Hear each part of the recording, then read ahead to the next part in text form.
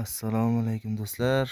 Bundan 2 oy oldin yanvar oyi kavrak urug'larini ekkandik. O'sib chiqsa xudo xolasa ko'rsataman degandim. Mana kavraklarimiz xudo xolasa mana shu holatda o'sib chiqibdi. Profilga video qo'yganman, qanaqa ekilish tartibi hammasi qo'yilgan. O'tib ko'rib olishlaring mumkin bemalol. Qancha urug' ketgan, qanaqa tartibda ekilgan. Mana shu holatga keldi. Ayrimlari endi chiqyapti, xudo xolasa chiqib qoladi. Video manfaatli bo'layotgan bo'lsa, xudo xolasa like, podpiska bosib qo'ysalaringiz, xudo xolasa.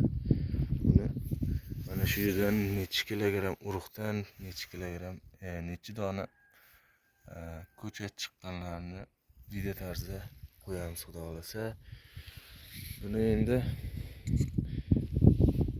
noyabr oylari, oktyabr oylari bemalol qazib, boshqa joyga ko'chirib ekaversa bo'ladi. Shunaqa gaplar. Kimgadir urug' ekib berish yoki ko'chat ekib berish xizmatlari kerak bo'lsa, pastda nomer qoldiraman, xudo xolasa aloqaga chiqasizlar. Qo'ldan kelgancha yordam berishga harakat qilamiz. Bu yerda bitta katta kavragimiz qolgan.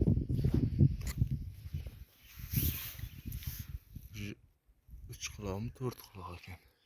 Bitta katta kavrak qolgan. Mana shu yerlarga necha kilogramm urug' ketgan. Xudo xolasa podpiska, like bosib qo'ysalaringiz ko'chatlarni qazilayotgan jarayondan necha dona, necha ming dona kavrak ko'chatlari chiqqanini sizlarga aytaman, xudo xolasa. Savollaringiz bo'lsa yoki qanaqadir taklif bo'lsa, xato kamchiliklar bo'lsa, kommentariyaga yozib ketinglar. Shunaqa gaplar, charchamanglar, hammaning ishiga omad.